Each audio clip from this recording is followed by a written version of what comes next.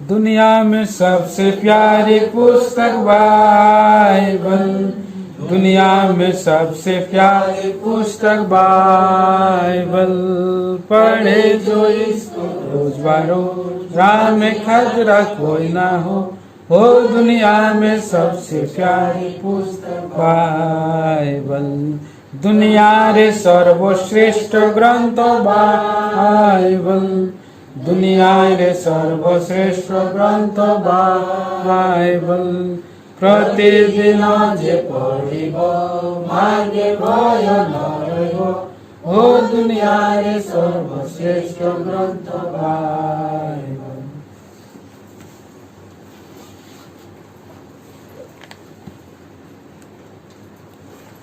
सो आइए हम लोग प्रभु का वचन को हम थोड़ा समय ध्यान करें।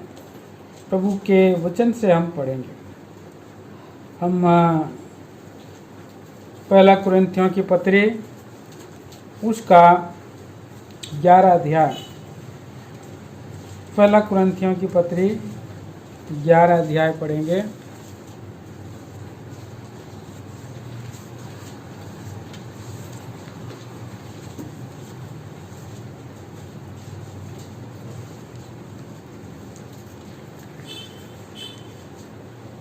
और उसका 26 पद पढ़ेंगे हम लोग। पहला कुरिन्थी 11 अध्याय 26 पद। क्योंकि जब कभी तुम यह रोटी खाते और इस कटोरे में से पीते हो तो प्रभु की मृत्यु को जब तक वह न आए प्रचार करते हो। और एक भाग पढ़ेंगे, दूसरा पतरस 3:18।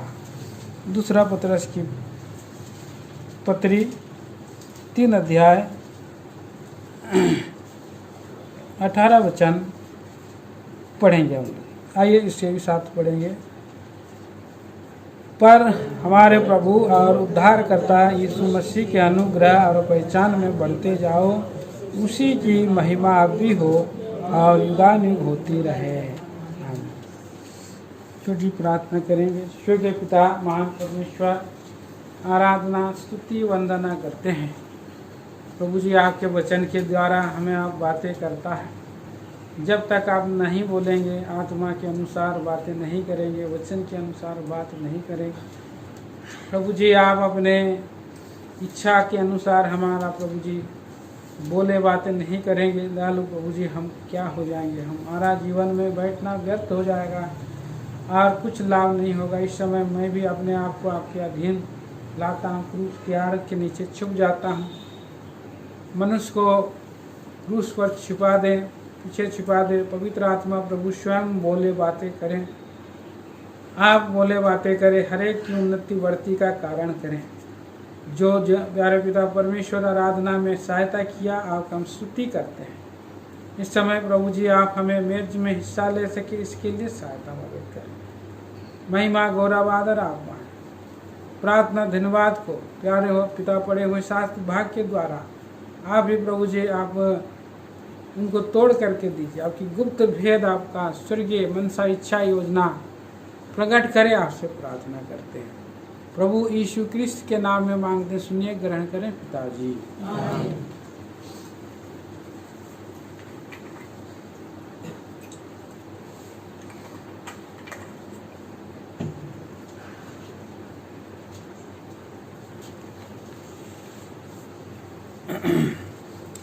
जो भाई बहनों, यहाँ पर हम देख रहे हैं उद्धार प्रभु यीशु मसीह को हम कैसे हमने ग्रहण कर लिया है।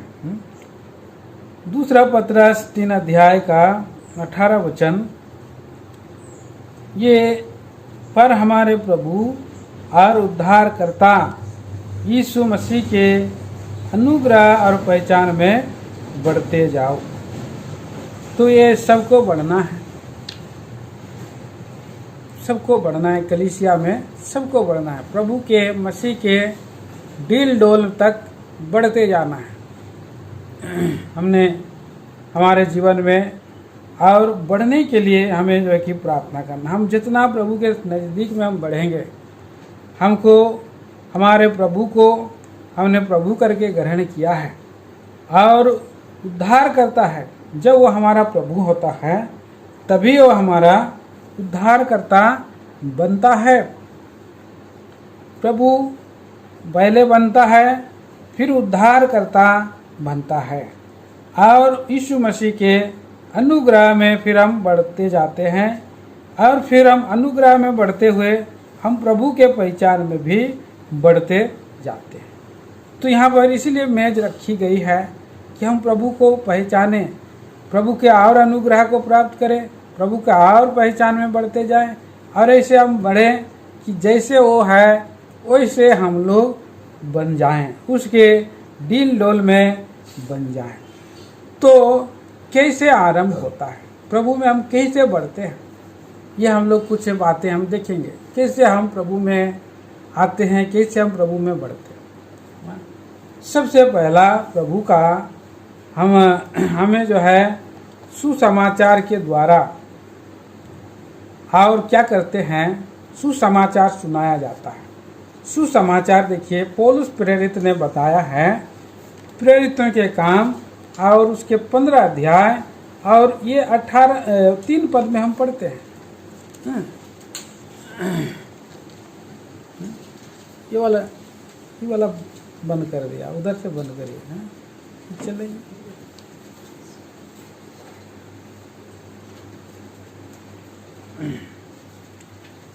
यहाँ पर हम देखते हैं प्रेरितों के काम उसका 15 का 3, कोई भी कृपया करके पढ़ने में सहायता कीजिए।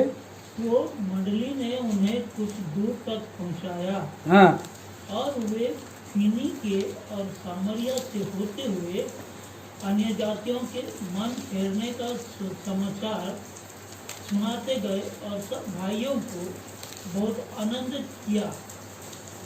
यहाँ पर मन फिराने के लिए सुसमाचार सुनाते गए हैं। मन फिराने का सुसमाचार प्रभु यीशु मसीह भी यही किया है। मन फिराना मतलब क्या है, एक जिम्मेदारी की ओर आना, जिम्मेदारी की ओर मुड़ना, कर्तव्य की ओर मुड़ना। जो व्यक्ति जिधर जा रहा है, इसे सीधा जा रहा है, दक्षिण जा रहा है, दक्षिण जा रहा है और अचानक वो दक्षिण जाते जाते व्यक्ति जब पता चलता है कि दक्षिण में नहीं है, वो है उत्तर में है, तो दक्षिण से क्या हो जाता है, उत्तर की ओर मुड़ जाता है। अभी पूरब भी नहीं जाएगा, अभी वो पश्चिम भी नहीं जाएगा, दक्षिण का उल्टा क्या होगा, उत्तर होगा, है कि नहीं, उत्तर की ओर जाता है। तो यहाँ पर ऐसे ही एक मन फिराना है। एक व्यक्ति कहाँ जाता है, हम पढ़ते हैं यहाँ नीति वचन का 14 अध्याय और उसका 12 पद में लिखा है, ऐसा एक मार्ग है जो सीधा जान पड़ता है परंतु उसके अंत में विनाश, उसके अंत में विनाश। ऐसा एक मार्ग है, आदमी को लग रहा है कि सीधा जान पड़ रहा है, यही सही मार्ग है, सही मार्ग है, फिर अंत में तो गलत हो जाता है। अब आपको अगर टाटा जाना है तो आप ट्रेन में बैठेंगे और आप उधर जाएंगे, बिलासपुर रोड में भाग जाएंगे, हैं, क्या होगा? आप अभी टाटा पहुँचते जाएंगे, आगे है भाई टाटा, फिर रायगढ़ पहुंचा, टाटा कब आएगा, है, बिलासपुर पहुंचा, फिर टाटा कब आएगा, फिर रायपुर पहुंचा, टाटा कब आएगा भाई। फिर किसी ने बताया कि रेलवे में आप कहाँ जा रहे हैं भाई, मैं तो जा रहा हूँ रायपुर पहुंच गया, मैं तो जा रहा हूँ टाटा जाना। अरे अब टाटा जा रहा है, अब तो उल्टा जा रहा है, बोलता है उधर जाना है, फिर के पूरी रीति से उसके बाद गाड़ी चेंज करना पड़ेगा उसको। तो आज इस संसार में मनुष्य सीधा मार्ग उसको जान पड़ रहा है लेकिन अंत में विनाश है, पहुंचेगा नहीं। तो इसलिए प्रभु यीशु मसीह ने कहा कि मन फिराओ क्योंकि स्वर्ग का राज निकट आ गया है। मन फिराओ, मन फिराओ, सुसमाचार तुम्हारा कितना निकट आ गया, मन फिराओ बोलता है। तो कर्तव्य है कि और मुड़ना। वो व्यक्ति आज आज इस संसार में मनुष्य क्या है, अन्न जाने में जीवन बिता रहा है। अन्न जाने में प्रेरितों के काम में हम पढ़ते हैं 17 अध्याय में 29 पद पढ़ दीजिए, 17 का 29 और 30 वचन। परमेश्वर का वंश होकर हमें यह समझाना उचित नहीं कि ईश्वर का सोने या रुपए या पत्थर के समान है, जो मनुष्य की कारीगरी और कल्पना से गढ़े गए हो।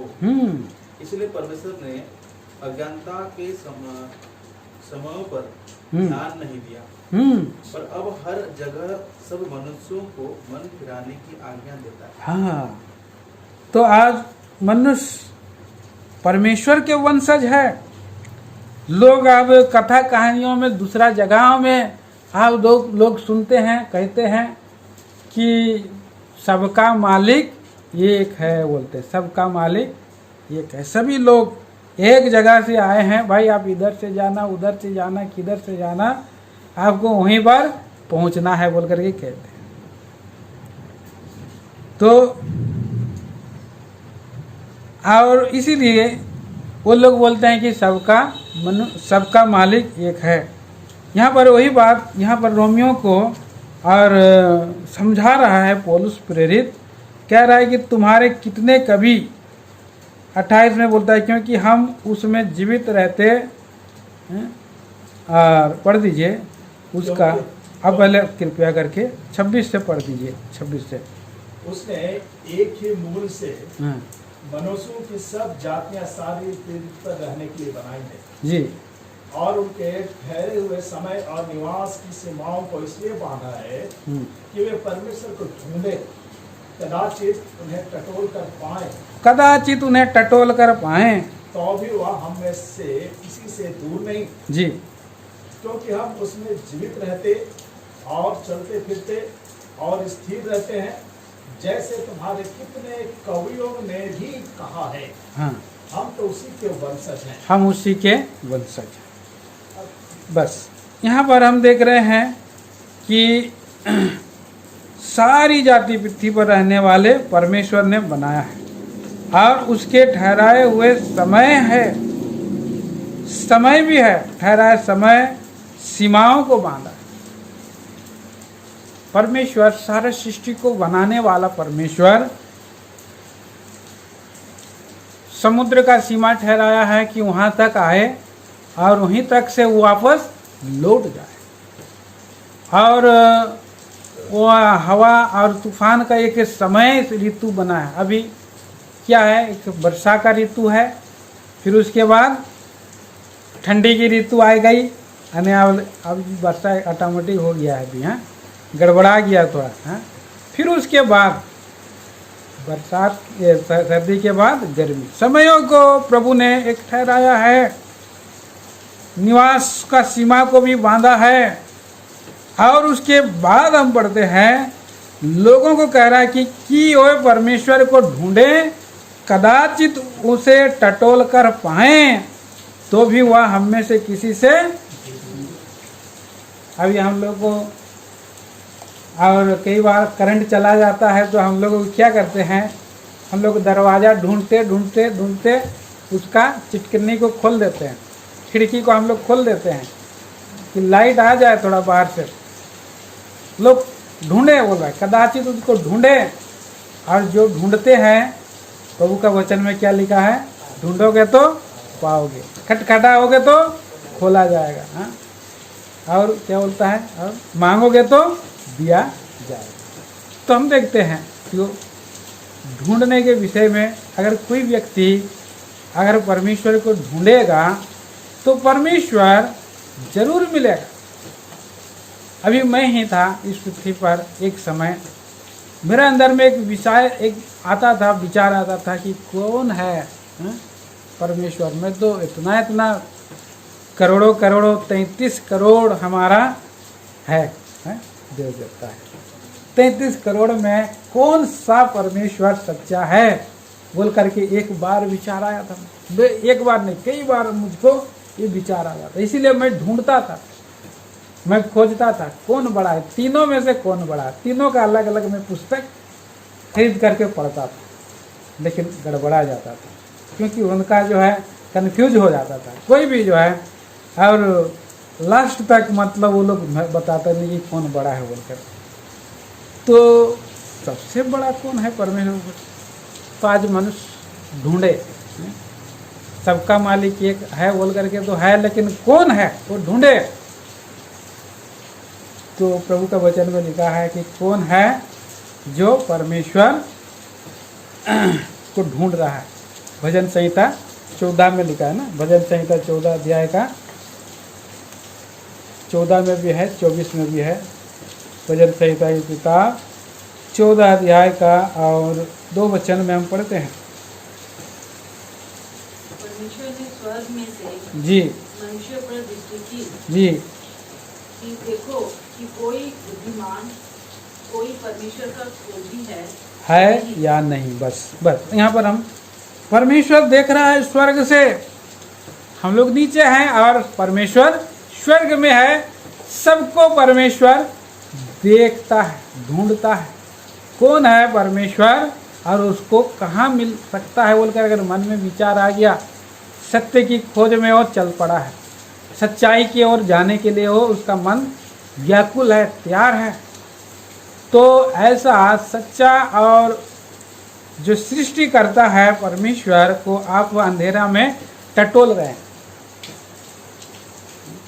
तो ढूंढ रहे हैं। एक प्रभु का एक भक्त बोल रहा है कि आप जब जाते हैं तो क्या करते हैं, बाजार टमाटर खरीदते हैं तो क्या करते हैं, टमाटर को एक एक को पकड़ते हैं और चुनते हैं। ये थोड़ा कमज़ोर वाला है, ये थोड़ा ज़्यादा पक गया है, ज़्यादा बड़ा है। आलू भी खरीदते हैं तो ढूंढते हैं कि कैसा वाला हमको चाहिए, मीडियम वाला चाहिए, ना बड़ा चाहिए ना छोटा चाहिए, ना उसमें दागी चाहिए। तो आज इस पृथ्वी पर परमेश्वर भी चाह रहा है कि कदाचित मुझको ढूंढे। कौन है जो परमेश्वर को खोज रहा है और कौन है जो उसको ढूंढना चाह रहा है। एक और वचन में हम पढ़ते हैं यहाँ पर यूहन्ना सुसमाचार 4 अध्याय का 23 वचन में परमेश्वर आत्मा है और अवश्य है कि उसकी आराधना आत्मा और सच्चाई से करें, क्योंकि परमेश्वर ऐसे ही आराधकों को ढूंढता है। परमेश्वर ढूंढ रहा है, आत्मा से सर्च कर रहा है, ढूंढ रहा है, खोज रहा है, कहाँ है, कौन ढूंढ रहा है। भले और बुरे को स्वर्ग से पृथ्वी पर निरंतर देखता रहता है, कौन ढूंढ रहा है। दूसरा इतिहास की किताब और उसका 16 अध्याय का 9 वचन में हम पढ़ते हैं कि परमेश्वर की आंखें पृथ्वी के छोर तक निहारती रहती है, देखती रहती है कि उसकी सहायता में अपनी सामर्थ्य दिखाए। पढ़ दीजिए, वो एक सुंदर वचन है। हाँ, दृष्टि सारी पृथ्वी पर इसलिए फिरती रहती है जी कि जिनका मन हाँ उसकी ओर निष्कपट रहता है, निष्कपट रहता है उनकी सहायता में वो अपना सामर्थ्य दिखाए। जी। उन्होंने ये काम बस इतना ही बड़े। हाँ, सामर्थ्य दिखाए। हाँ, ढूंढती रहती है, खोजते रहती है, हाँ, कौन है। और इसीलिए परमेश्वर है जो यहाँ पर हमने पढ़ा कि कदाचित उसे टटोल कर ढूंढे और वो पाए। किसने कवि ने कहा है कि हम उसी के वंशज हैं, और जब ढूंढेंगे तो पता चलेगा कि अरे परमेश्वर तो और सोना चांदी सब बनाया है, क्या वो सोना चांदी में रहेगा? नहीं रहेगा। वो कहाँ रहना चाहता है? मनुष्य का हृदय में रहना चाहिए। और कैसे रहना चाहता है? वो तो खुद पवित्र परमेश्वर है, वो सृष्टि करता है, पवित्र है, प्रेमी है और करुणामय है, अनुग्रहकारी है और अगम्य ज्योति में निवास करता है। पर वहाँ और सब कुछ को बनाने वाला परमेश्वर कहाँ रहना चाहता है? देखिए 24 पद में यहाँ पर पढ़ते हैं, प्रेरितों के काम 17 का 24। इस परमेश्वर ने हाँ, पृथ्वी और उसकी सब वस्तुओं को बनाया, जी वह स्वर्ग और पृथ्वी का स्वामी होकर जी। हाथ के बनाए हुए मंदिरों में नहीं रहता, हाथ के बनाए हुए मंदिरों में नहीं रहता। आगे भी पढ़ दीजिए। ना किसी वस्तु की आवश्यकता के कारण जी मनुष्यों के हाथ की सेवा लेता है, जी क्योंकि वह स्वयं ही सब कुछ जीवन हाँ और श्वास और सब कुछ देता है। जी।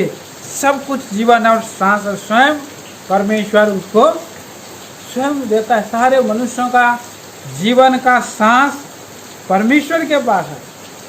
उसका जीवन का जो सांस वागडोर है परमेश्वर के पास है। अगर वो सांस को अगर खींच ले तो सारा सृष्टि सूख जाएगी, सारा जीव जंतु एक ही सांस में दम चला जाएगा, ऑक्सीजन खत्म, मतलब खत्म, पूरा दुनिया खत्म हो जाएगा। किसी ने मुझको बोला, जब मैं प्रभु के पास नया आया तो किसी ने, वो पंडित जी था, उन्होंने कहा कि रंजीत आप उस ज्योतिर्मय पुरुष को कैसे जानेंगे, कैसे जा सकते हैं? मैं तो खुद तब से कोशिश किया था, योगा कर रहा था, कोशिश कर रहा था जाऊंगा, तो मेरा फिर परिवारवाद हो गया। मैं परिवारवाद में मैं नहीं जा पाया। आपका जो सांस इधर से जा रहा है और कहाँ जा रहा है, वो सांस और कहाँ आखिरी तक है, वहाँ तक आप जा करके उस सांस के पीछे पीछे जाओ, सांस को पकड़ लो, तो आप उस ज्योतिर्मय पुरुष को पाल लेना।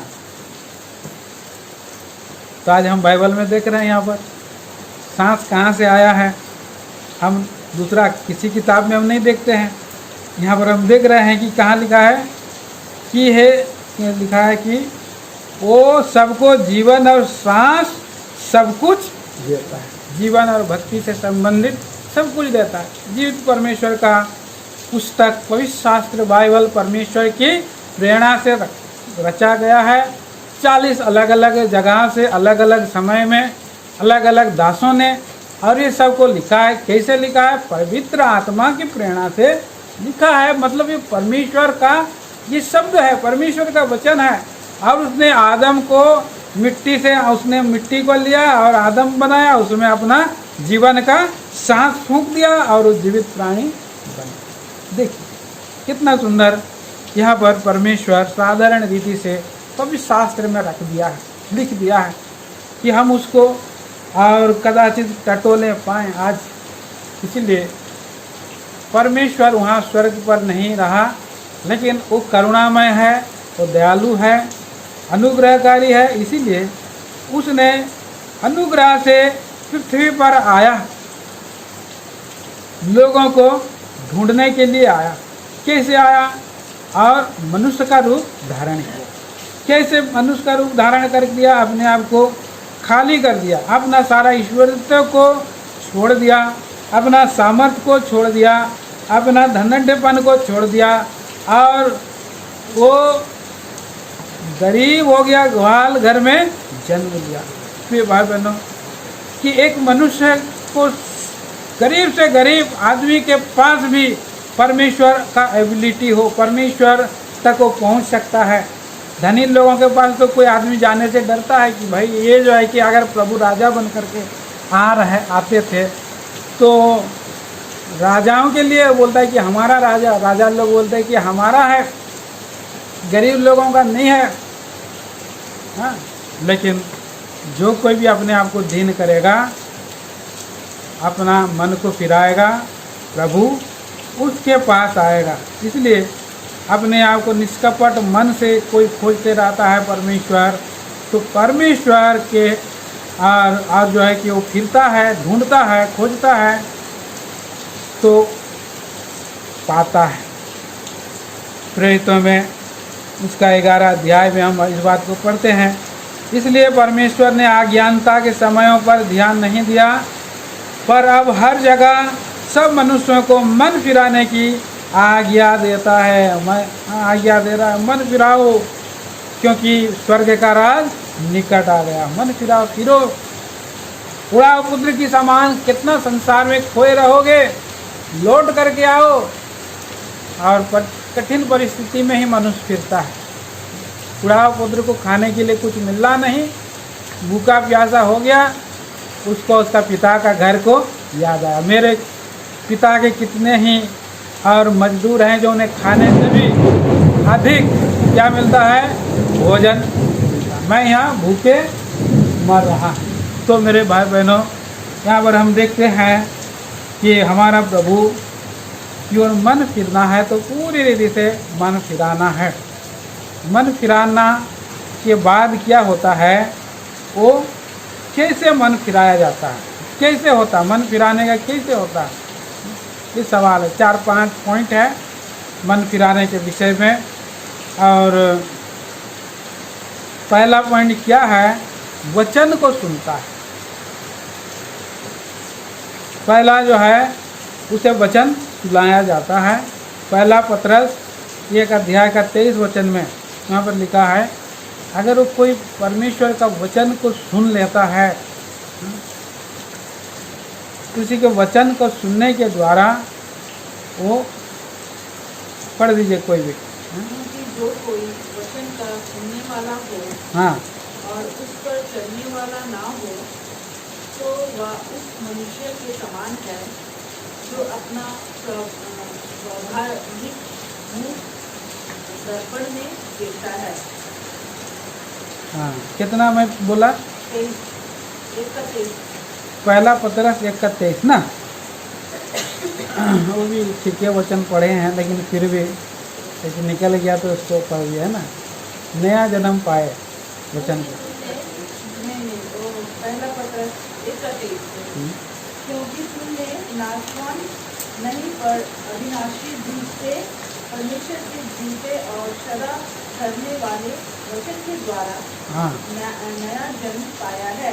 जी, यहाँ पर सदा ठहरने वाला वचन है और वो वचन देहधारी हुआ है। वो वचन मनुष्य बन करके इस पृथ्वी पर चला फिरा। लोगों ने उसका ऐसी महिमा देखी जैसे एक लौटे पुत्र की महिमा। वो वचन मनुष्य बन गया है और मनुष्य क्या हो गया है, मनुष्य बन करके फिर उसने वचन ने क्या किया, मनुष्य बन करके पापों का प्रायश्चित किया है। कैलवरी के क्रूस के ऊपर में सर से लेकर पांव तक जो मनुष्य पाप करता है, सारा प्रायश्चित उसने लिया है। और इसलिए यूहन्ना सुसमाचार का 5 अध्याय का 24 वचन पढ़ते हैं। आज हम जब वो बलिदान हुआ, हम उस समय नहीं थे। ये हमारे पीढ़ी पीढ़ी के लोगों के लिए वचन आज है। और वो वचन क्या है, प्रभु का वचन हम देखते हैं कि मैं आज जो मेरा भेजने वाले, पढ़ दीजिए, वो भी बहुत सुंदर वचन है।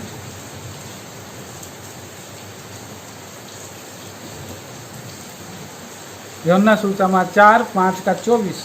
मैं तुमसे सच सच कहता हूँ, जी, जो मेरा वचन सुनकर मेरे भेजने वाले पर विश्वास करता है, आनंद जीवन उसका है जी, और उस पर दंड की आज्ञा नहीं होती, हाँ। परंतु वह मृत्यु से पार होकर जीवन में प्रवेश कर चुका है।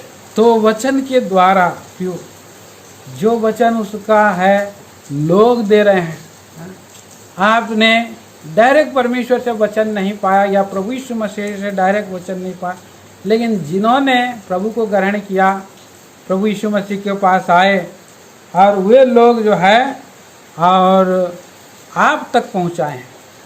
इसलिए पीढ़ियों से जो मेरा वचन को मेरे भेजने वाले पर जो भेजा गया है व्यक्ति प्रार्थना किया, मैं भाई को बहन को वचन बताऊंगी, और यीशु मसीह का वचन को जब सुनाया, यीशु मसीह और आपके पापों के लिए मारा गया, गाड़ा गया और आपको धर्मी ठहराने के लिए जी उठा है, इस बात को आपको जब बताया जाता है, वो वचन में जीवन रहता है और वो जीवित वचन का बीज है। और उस बीज को अगर आप ग्रहण कर रहे हैं तो आपका हृदय में एक जीवन का सोता खुल रहा है, या उसमें एक बीज जो जीवन का पेड़ बनने के लिए और आपके हृदय में बोया जा रहा है। वो वचन का बीज जब बोया जाता है तो पवित्र आत्मा क्या करता है, उसको कायल भी करता है। यूहन्ना सुसमाचार 16 अध्याय 17 वचन पढ़ दीजिए। यूहन्ना सुसमाचार दूसरा और स्टेप क्या है, पवित्र आत्मा प्रभु उसको कायल करता है। 16 का 17। प्रभु के कुछ चेलों ने आपस में कहा, यह क्या है जो वह हमसे कहता है, थोड़ी देर में तुम मुझे ना देखोगे और फिर थोड़ी देर अच्छा माफ करिए, तो मैं तो 17 बोल दिया, लेकिन और 8 और 9, 16 का 8 और 9। वह आकर संसार को पाप और धार्मिकता और न्याय के विषय में निरुत्तर करेगा। पाप के विषय में इसलिए कि वे मुझ पर विश्वास नहीं करते, और धार्मिकता के विषय में इसलिए कि मैं पिता के पास जाता हूँ और तुम मुझे फिर ना देखोगे। यहाँ पर निरुत्तर करेगा बोल रहा है, कायल करेगा। पवित्र आत्मा प्रभु क्या करते हैं? कायल करते हैं, पाप के विषय में कायल कर देते हैं। आप जब विश्वास करते हैं, जब मुझे प्रभु का वचन सुनाया गया, सारे जगत के सारे और सारे देवी देवताओं के विषय में पवित्रता के तुल्य में मैंने देखा, कोई भी उसके सामने में खड़ा नहीं हो पा रहा है। और उद्धार का मार्ग इतना आसान कर दिया है परमेश्वर कि अपना प्रिय पुत्र को इस पृथ्वी पर मेरे पापों के प्रायश्चित के हेतु भेज दिया है। मेरे पापों के लिए उसने क्या किया? कैलवरी के क्रूस पर बलि हुआ है। रोमियो की पत्री उसका 5 अध्याय 6 वचन में जैसे पढ़ते हैं, जब हम निर्बल ही थे तो ठीक समय पर और भक्तिहीनों के लिए उसने जान दिया। कोई इस पृथ्वी पर और धर्मी लोगों के लिए जान दे, वो व्यक्ति नहीं मिलेगा, दुर्लभ है, ऐसा व्यक्ति नहीं मिलेगा। पर पापियों के लिए कौन मरने का साहस करे? परंतु परमेश्वर अपना प्रेम की भलाई इस रीति पर प्रकट करता है, जब हम पापी ही थे तो प्रभु यीशु मसीह हमारे पापों के लिए मरा। ये वचन को जब उसने बताया, मेरा हृदय कायल हो गया, फिर मैं टूट गया। क्या आपने कभी पाप नहीं किया है? बोलिए, क्या विचार में अगर किसी को गलत दृष्टि में देख लिया तो भी आपके जीवन में पाप हो गया? तो इस रीति से भाई ने जब उन्हें वचन बताए तो मेरा हृदय, मैं सच्चाई में खोज में भी था, सच्चे परमेश्वर की खोज में भी था, और उसी समय मैं उन्हें मान लिया, कायल हो गया। हाँ भाई, यीशु मसीह सचमुच में मर गया, गाड़ा गया, और उसका कांटों का मुकुट मेरे विचारों के लिए, उनका हाथों का पाप मेरे और काम जो मैं गलत काम करते हैं उसके लिए है, भाले जो हृदय से मैं करते हैं बुरे विचार उसके लिए। पाप ने मुझे, वचन ने मुझे कायल किया, आत्मा ने मुझे कायल किया। और उसके बाद कायल करने के बाद क्या होता है? हमको फिर पश्चाताप भी करना है। तीसरा स्टेप प्रार्थना करना है, पश्चाताप करना है। आज प्रभु के लोगों को पश्चाताप करना जरूरी है। बहुत लोग जानते हैं, समझते हैं, सुनते भी रहते हैं, लेकिन वो लोग बोलते हैं कि नहीं करेंगे अभी, पश्चाताप मैं बाद में करूँ। सुनते रहते हैं, कठोर रहते हैं, और भी तो कोई मार्ग होगा, और भी तो कोई रास्ता होगा, बोल करके कोशिश करते हैं। देखिए, दूसरा कुरिन्थियों की पत्री 7 अध्याय और उसका 10 वचन पढ़िए।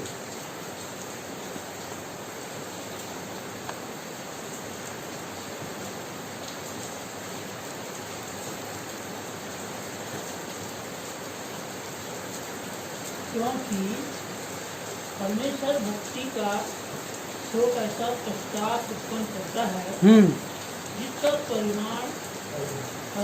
परिणाम उद्धार है। और फिर उससे पछताना नहीं पड़ता, परंतु संसारिक शोक मृत्यु उत्पन्न करता है। तो ये परमेश्वर भक्ति का शोक है। उन लोगों को उन्होंने लोगों को, एक व्यक्ति ने पाप व्यभिचार में पकड़ा गया, उसके धक्का मार के उसको लोगों ने निकाल दिया। अब तुम नहीं आ सकते प्रभु का घर में, क्योंकि तुम गंदा काम करता है, व्यभिचार करता है, पाप करता है, प्रभु के पास नहीं आ पाते। जब संसार में ही रहो तो न उसके बाद वो संसार में वो भाग जाता है, लेकिन संसार में वो जाकर के याद करता है, बाप मैं तो नरक में चला जाऊंगा, मैं तो पाप व्यभिचार किया बोल कर सोचा होगा, शर्मिंदा होता है। हम नीति वचन में हम पढ़ते हैं 5-6 अध्याय में, वहाँ पर एक व्यक्ति को एक दुर्बल हो गया पाप के कारण, और उसको बोला गया कि नहीं तुम परमेश्वर के साथ साथ नहीं चल सकते, नहीं खा सकते। उसने मन में सोचा कि मैंने गुरुओं की बात नहीं मानी, मंडली में मैं सभा में गया और मेरे लिए लज्जा का कारण हो गया। बुढ़ापा में वो हाय मार रहा है, वो पश्चाताप कर रहा है, वो है परमेश्वर भक्ति का पश्चाताप। और उसके बाद वो वापस आता है तो उसका बाद उसको ग्रहण किया जाता है। ये है। लेकिन हम जब नया रहते हैं तो क्या करते हैं, पहला यूहन्ना की पत्री 1 अध्याय का 9 पद में पढ़िए। पहला यूहन्ना 1 अध्याय 9 वचन। बपतिस्मा लेने वाला कोई नहीं है, उसके लिए है। हाँ, कहाँ गया? कोई जवान भी नहीं है इधर। पहला यूहन्ना 1 अध्याय 9 वचन में, अगर हम अपने पापों को मान लें तो यदि हम अपने पापों को मान लें हाँ। तो वह हमारे पापों को क्षमा करने और हमें सब अधर्म से शुद्ध करने में विश्वास योग्य और धर्मी है। हाँ, जब पवित्र आत्मा कायल करता है तभी होता है, पश्चाताप आता है और अंदर से पश्चाताप आता है। अगर अपने पापों को मान लें तो वो सब पापों से धोकर छूट जाए। एक आदमी को पश्चाताप करना, विश्वासी को भी कई बार गिर जाता है, कई बार गलत रूट में चला जाता है, उसको भी पश्चाताप कर पवित्र आत्मा कायल करता है। देखिए लूका रचित सुसमाचार 18 अध्याय और 13 वचन में कैसे उसने पश्चाताप की प्रार्थना किया है।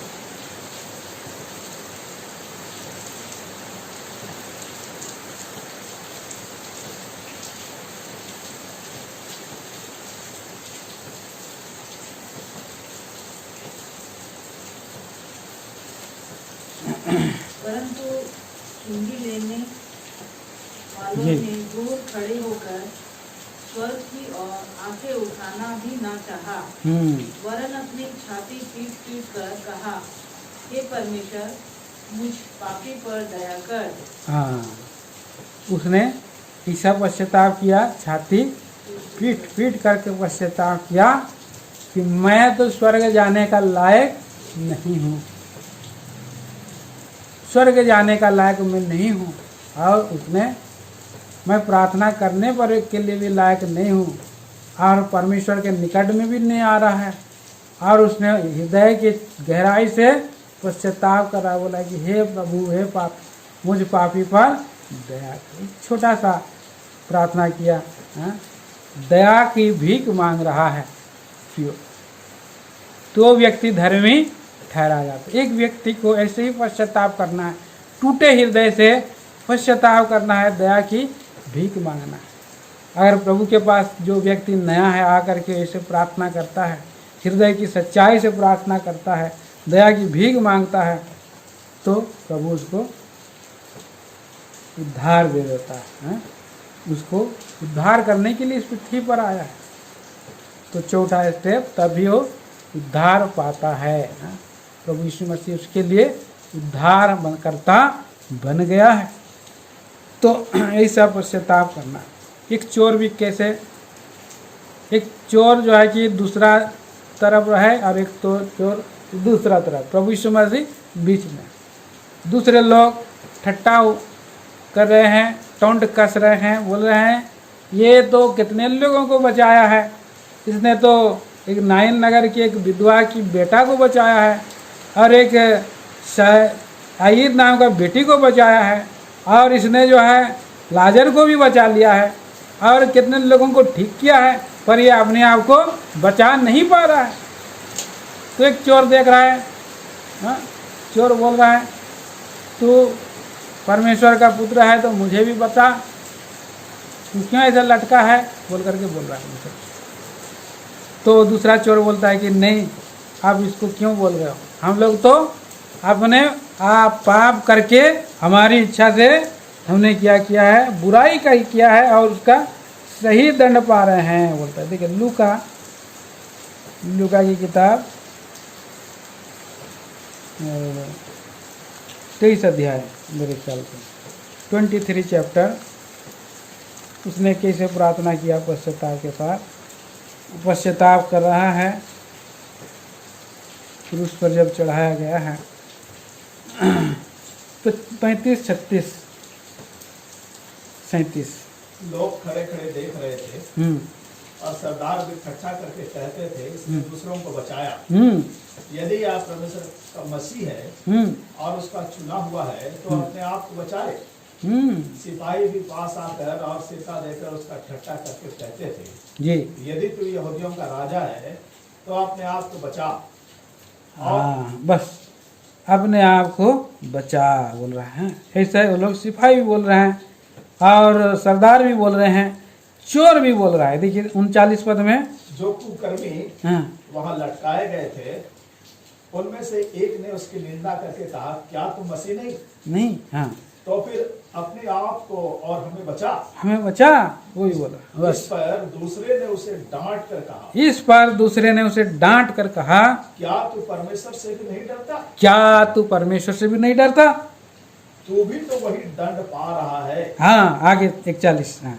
और हम तो न्याय अनुसार दंड पा रहे हैं। हम तो न्याय अनुसार दंड पा रहे हैं क्योंकि हमने कामों का ठीक फल पा रहे हैं। हाँ ठीक फल पा रहे हैं, पर इसमें कोई अनुचित काम नहीं। वाह, यहाँ पर प्रभु का जीवन को देखा है उसने। हाँ सब उसका अंदर में हाँ लोगों को पता रहता है कौन धर्मी है, कौन पवित्र है, कौन क्या है। हाँ तो रहता है मनुष्य को और पता रहता है। इसको चोर को भी उसका आत्मा ने बता दिया कि नहीं ये व्यक्ति निर्दोष है बेचारा, हम लोग तो पाप किया, हम लोग मर जाएंगे तो चलेगा, हम लोग ठीक दंड पा रहे हैं बोल रहा।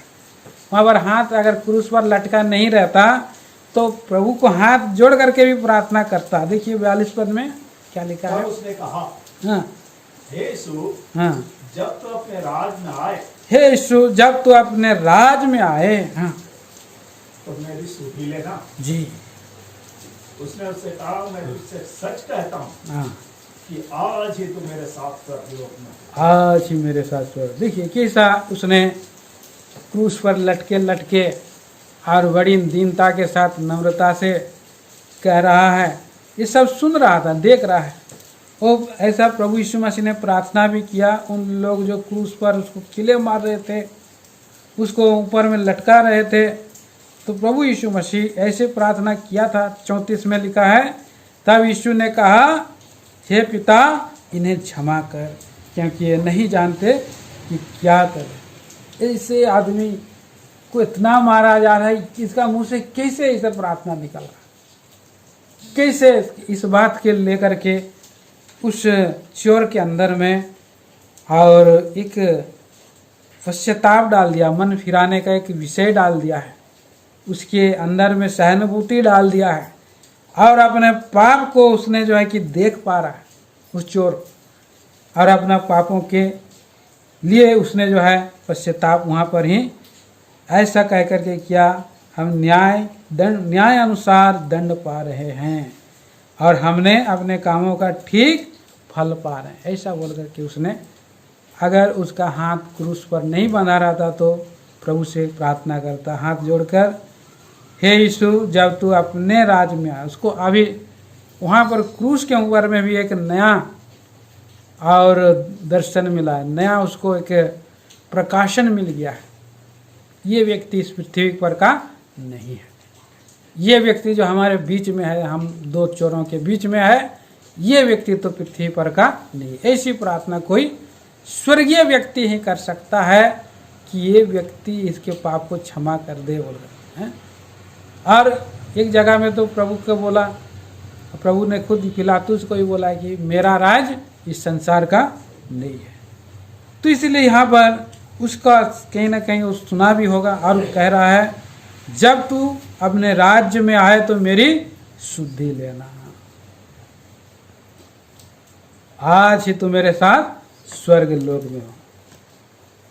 एक पश्चाताप का और हृदय होने से पियो और उसका फल जरूर मिलता है। वो व्यक्ति स्वर्ग चला गया। सबसे पहला व्यक्ति क्रूस के ऊपर में लटका हुआ चोर स्वर्ग में जाने वाला है ना। कोई अच्छा व्यक्ति आया होगा बोल के स्वर्गदूत लोग सोचते होंगे प्रभु के साथ, प्रभु सब स्वर्ग के फाटक में घुस रहा होगा तो अरे प्रभु यीशु मसीह के साथ कौन जा रहा है, कौन आ रहा है, स्वर्ग लोक में कौन प्रवेश कर रहा है बोल के स्वर्गदूत लोग पूरा दूरबीन ला के देखते होंगे। अरे वो तो एक भयंकर चोर है, एक भयंकर चोर जा रहा है, आ रहा है। प्रभु यीशु मसीह ने उसका लहू से उसका पाप को क्षमा कर दिया, धो दिया है, पश्चाताप किया है, इसीलिए चोर भी जो है परमेश्वर के राज्य में प्रवेश करेंगे। आज मनुष्य के जीवन में और उद्धार नहीं मिल पा रहा है। हमारे जवान जीवितों को, भाई बहनों को, बहुतों को, बच्चों को क्यों उद्धार नहीं मिल पा रहा है? क्योंकि पश्चाताप नहीं है। हाँ, पश्चाताप नहीं है। स्वयं से ज़्यादा प्रेम कर रहे हैं, प्रभु से ज़्यादा प्रेम नहीं कर रहे हैं, स्वयं से ज़्यादा लगाव है और भटकाव की स्थिति में वो लोग हैं, भटक रहे हैं संसार में और वो लोग ऊपर ऊपर चल रहे हैं और बोल रहे हैं कि हम लोग धर्मी हैं, धार्मिकता का जीवन बिता रहे हैं। ये लोग क्या कर रहे हैं? नीति वचन की किताब 14 अध्याय का 9 वचन पढ़ दीजिए। नीति वचन 14 अध्याय का 9 पद में क्या लिखा है? वहां पर अपने पापों को नहीं मान रहे हैं। मूढ़ लोग का अंगीकार करने को ठट्ठा जानते हैं। मूढ़ लोग पाप का अंगीकार करने को ठट्ठा जानते हैं, परंतु सीधे लोगों के बीच अनुग्रह होता है। अनुग्रह सीधाई से उसने माना। चोर ने हम ठीक ठीक दंड पा रहे हैं बोल के सीधाई से मान, लेकिन मूढ़ व्यक्ति बोल रहा है कि नहीं, जो मुझको बोलेगा उसी का गलती है। वो वाद विवाद ही करता है। तो एक आदमी बोल दिया कि आपके अंदर में कुछ गलत है, तो दीनताई से अगर कोई व्यक्ति मान लेता तो वहाँ पर ही बहस खत्म हो जाता है और वहाँ पर एक नया आत्मा का मेल मिलाप हो जाता है, बड़ी शांति वहाँ पर होती है। तो ये व्यक्ति पापी है और बोल रहा है कि नहीं, मैं पाप मानूंगा नहीं। आज इस पृथ्वी पर ऐसे ही लोग हैं, अपने अपने को बुद्धिमान जता करके मूर्ख बन गए हैं। बोल रहा है प्रभु का वचन में हम पढ़ते हैं, मूर्ख ने अपने मन में कहा कोई परमेश्वर है ही नहीं है। क्यों हम लोग लोगों के सामने माने, क्यों हम लोग परमेश्वर के सामने माने? हम नहीं मानेंगे। वो व्यक्ति तो क्रूस पर लटक गया है, वो खुद नहीं बचा सका है, हमको क्या बचाएगा बोल करके बहुत लोग उल्टा सोचते हैं। क्रूस की कथा तो मूर्ख लोगों के लिए नाश होने वाली है ना। कहाँ पर है? पहला कुरिन्थी 1:18। मूर्ख लोगों के लिए ना, मूर्ख है ना, क्या लिखा है? मूर्ख है ना, मूर्खता है बोला है।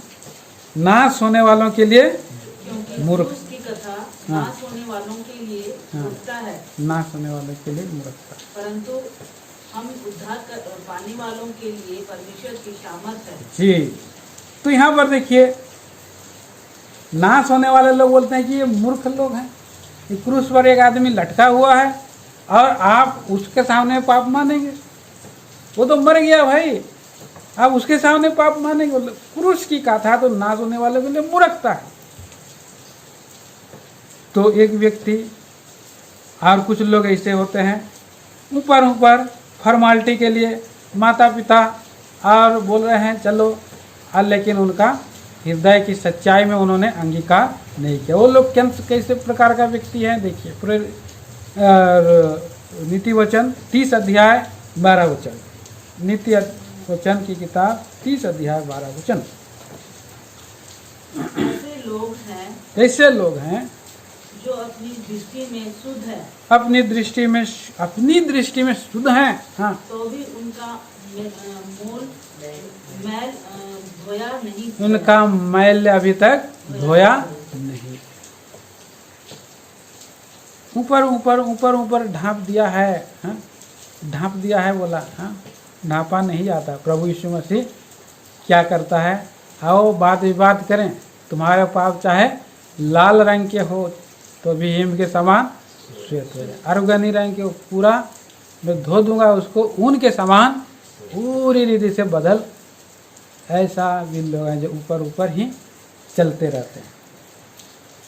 तीसरा प्रकार के लोग कैसे हैं? देरी करते हैं। तीसरा प्रकार के लोग जो है बोलते हैं कि आज मैंने वचन सुन लिया है, आज मैं रात को थोड़ा एंजॉय करूंगा, मज़ा करूंगा, मैं पार्टी जाऊंगा, फिर क्या करूंगा, कल मैं ग्रहण करूंगा। एक प्रभु का दास ने वचन बताया कलीसिया मंडली में, और उसने कहा कि मन फिराओ और आज ग्रहण करो, हाथ उठाओ। उसने हाथ भी उठाया, मैं भी पाप मानने के लिए रेडी हूँ, लेकिन उसने बाद में छुपा दिया। मैं बोलता है कि आज कागज में भी लिख दिया बाइबल में, कल मैं ग्रहण करूँगा यीशु मसीह को, कल मैं ग्रहण करूँगा। फिर वो जाते जाते क्या हो गया, रोड में बाइक चलाते चलाते एक्सीडेंट हो गया, मर गया बेचारा। अब वहाँ पर बाइबल को फड़ के इधर गिरा हुआ है, सब लोग दौड़ करके आए। वहाँ पर जो वचन देने वाला था वो व्यक्ति भी आया, बाइबल उठाया, बाइबल को देखा क्या नाम है, बाइबल के अंदर में कागज में लिखा है मैं कल प्रभु यीशु मसीह को ग्रहण करूँ। आज कहाँ चला गया, आज उद्धार नहीं पाया और नरक चला गया। चौथे प्रकार के लोग हैं बहाना बनाते हैं। प्रभु यीशु मसीह के पास आग आने के लिए बहाना बनाते हैं। मेरा को ये काम चाहिए, वो काम सफल हो जाए, और ऐसा मेरा तो परिस्थिति है थोड़ा ठीक हो जाएगा, तभी मैं शर्त रखते हैं या बहाना भी बनाते हैं। तो इस प्रकार के लोग और जो है कि और पश्चाताप करने के लिए रुकावट हो जाता है और देरी करते हैं। प्रभु का वचन में हम पढ़ते हैं 2 कुरिन्थी 6 अध्याय का 2 पद पढ़ लीजिए। 2 कुरिन्थी 6 अध्याय 2 पद। क्योंकि वह तो कहता है जी, अपनी प्रशंसा के समय मैंने तेरी सुन ली। हाँ और उद्धार के दिन में मैंने तेरी सहायता की। हाँ, देखो अभी वह प्रसन्नता का समय है। ऐसे लोगों के लिए बोला प्रभु, देखो अभी वो प्रसन्नता का समय है, देखो अभी वह उद्धार का दिन है, अभी वो उद्धार का दिन है। हाँ, अभी है, लेकिन कब चला जाएगा किसी को नहीं मालूम। अनुग्रह का द्वार कब बंद हो जाएगा लोगों को नहीं पता है। अभी वो उद्धार का दिन है, इसी समय आज ग्रहण करो, नहीं तो चलते चलते कहीं कुछ भी हो सकता है। तो भाई ने मुझे वचन बताया मोटरसाइकिल में, बोल रहा है कि भाई मैं बोल रहा था कि मोक्ष का और दूसरा मार्ग है, विश्व मुनि लोग जाते हैं तपस्या करने, कब कर पाएंगे उद्धार हो जाए, तब बाल बच्चा होगा, शादी ब्याह होगा, फिर जाएंगे। मैं क्या बोला, तो जाना जाएंगे, तो चुप हो गया, कैसे जाएंगे? सभी लोग जा सकते हैं? नहीं जा सकते। अगर हमारा चलते चलते एक्सीडेंट हो गया तो क्या हो जाएगा?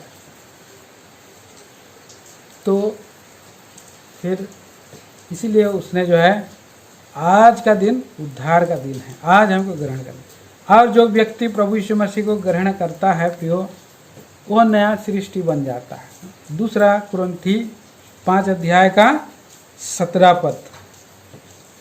2 कुरिन्थी, इसलिए यदि कोई मसीह में है, यहाँ अभी मसीह में आ गया है, इसलिए यदि कोई मसीह में है तो वह नई सृष्टि है, नई सृष्टि है, पुरानी बातें बीत गई हैं, पुरानी बातें बीत गई हैं, देखो सब बातें नई हो गई हैं। देखो सब बातें नहीं हो। जब पश्चाताप करता है, मान लेता है अपने सारे पापों को, और वो ऐसे मान लेता है, खुले रूप से मान लेता है, वो व्यक्ति अपने आप पर घमंड नहीं करता है, वो प्रभु पर घमंड करता है, मान लेता है, प्रभु हमारा घमंड बन जाता है।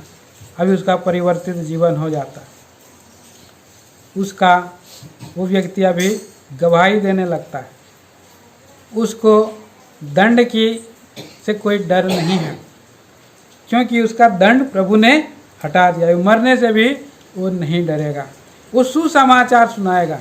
परिवर्तित व्यक्ति क्या करेगा? सुसमाचार सुनाएगा। 2 कुरिन्थी 5 अध्याय का 17 और 18 वचन पढ़िएगा। इसलिए यदि कोई मसीह में है हाँ तो वह नई सृष्टि है, हाँ पुरानी बातें बीत गई है, जी। देखो सब बातें नई हो गई है। 18 भी हाँ ये सब बातें परमेश्वर की ओर से है, जी। जिसने मसीह के द्वारा अपने साथ हमारा मेल मिलाप कर लिया है, मेल मिलाप कर लिया है, और मेल मिलाप की सेवा हमें सौंप दी है। वो गवाह बन जाएगा। मेल मिलाप की सेवा सौंप दिया मतलब वो अभी बोलेगा भाई मैं कितना पापी था, मैं कितना गाली देता था, कितना मैं झूठ बोलता था, लेकिन आज मेरा झूठ भी चला गया, मेरा गाली भी चली गई।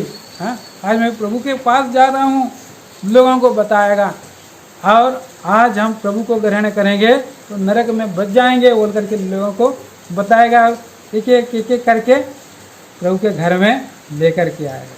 मैं शुरू में प्रभु को ग्रहण किया, बपतिस्मा लेने के बाद मैं सबसे पहले लोगों को बताना चालू किया। मेरे सामने पहले मेरे मित्र सब आते थे तो मैं पहले चुप रहता था, लेकिन जब मैं प्रभु यीशु मसीह को ग्रहण किया तो मेरा से बोलने के लिए कोई आगे नहीं रहा। मैं पहले चुप था, मैं डरता था बोलने के लिए, लेकिन मैं प्रभु यीशु मसीह को जैसे ग्रहण किया तो क्यों, चाहे बड़ा हो या छोटा हो, चाहे मेरा फुटबॉल खेलने वाला मित्र था उसको भी बता दिया। चारों ओर मैंने बताते बताते गया, और मेरे सामने में थोड़ा दिन के बाद वो लोग खड़ा होने में भी डरने लगे। अरे भाई ये तो जब भी बात करने से यीशु मसीह के ही बारे में बताता, यीशु मसीह के बारे में ही बताता, तो उसका मुंह खुल जाता है प्रियो, और वो सबके सामने में बताना चालू कर देता है। और उसके बाद हम देखते हैं उसका जीवन में जीवन पाप के ऊपर में वो जय पाने वाला व्यक्ति होता है। और उसके बाद हम देखते हैं छठवां, वो पुत्रता का आत्मा है, इसलिए परमेश्वर से वो प्रार्थना करता है, हे पिता हे अब्बा बोल करके प्रार्थना करता है। और छठवां क्या करता है, सातवां ये ख़त्म कर देंगे। हाँ अभी ख़त्म करने वाले हैं। गलातियों की पत्री 5 अध्याय का 24 वचन में क्या लिखा है, गलाती 5 का 24। और जो मसीह यीशु के हैं उन्होंने शरीर को उसकी लालसाओं और अभिलाषाओं समेत क्रूस पर चढ़ा दिया है। क्रूसीकरण हो गया, उसका शरीर का देह का क्रूसीकरण हो गया। तो आज प्रिय भाई बहनों, आज हमने देखा, वचन को सारांश खत्म करेंगे, इसलिए अपने जीवन को पहला परमेश्वर में कैसे बढ़ना है हमने देखा। दूसरा पत्रस 3:18 के अनुसार उद्धार के पहचान प्रभु करके ग्रहण किया, उसके पहचान में कैसे बढ़ना है। पहले तो मन फिराना है, परमेश्वर की ओर आना है, परमेश्वर भी ढूंढ रहा है। और उसके बाद हम देखते हैं कि कैसे हम उद्धार पा सकते हैं, इस विषय को देखते हैं। ये एक व्यक्ति जब वचन सुनता है, दूसरा वो आत्मा में पवित्र आत्मा प्रभु उनको कायल करता है, निरुत्तर करता है। मुझे भी निरुत्तर किया। जब निरुत्तर करता है तो वो व्यक्ति कहीं पर भी पश्चाताप करता है, छुपता नहीं है, अपने पापों को कबूल करता है। बीच सड़क में भी मैं तो कितना पापी था, मैं कितना कीड़ा था बोल के वो मान लेता। चोर ने क्रूस के ऊपर में मान लिया। हाँ वो व्यक्ति एक था, चुंगी लेने वाला व्यक्ति था, वो बोला कि मैं अपना और प्रभु को देखने के लिए भी, स्वर्ग की ओर ताकने के लिए भी मैं योग्य नहीं। कि ये रुकावटें हैं आपके जीवन में। अगर रुकावटें हैं, आप अगर पश्चाताप कर रहे हैं, नहीं कर पा रहे हैं, आपसे आप ज़्यादा प्रेम करें अपने आप को, प्रभु को प्रेम को आप नई दृष्टि कर रहे हैं, जिसने अपना प्राण को दे दिया है, तो आप फिरिए, अपना से प्रेम कम करिए। और जो क्रूस उठाकर मेरे पीछे ना चले वो मेरे राज की योग्य नहीं बोला। और इनकार मत कीजिए। कई बार लोग ऊपर ऊपर इनकार मानते रहते हैं, बोलते हैं अरे, और फॉर्मेलिटी के लिए मानते रहते हैं उनका, लेकिन हृदय से अभी भी अभिलाषा मैल उनका धोया नहीं गया है। और तीसरा वो लोग देरी कर रहे हैं। चौथा बहाना बनाते हैं। तो बहाना नहीं बनाना, मान लेना है और प्रभु के वचन के अनुसार हमारा जीवन भी परिवर्तित है बोल करके दिखाई देना चाहिए। हाँ, मन फिराव के योग फल लाने का फल दिखाई देना है, गवाही देना है पहला, दूसरा और आराधना करना है, तीसरा प्रार्थना करना है और उसके बाद उसके जीवन से झूठ गाली सब जो है छूट जाना। तो हम देखते हैं कि उसका व्यक्ति का परिवर्तन हुआ है और नया सृष्टि बन गया। आइए अपने जीवन को ठीक ठाक करें, जहाँ कहीं प्रभु ने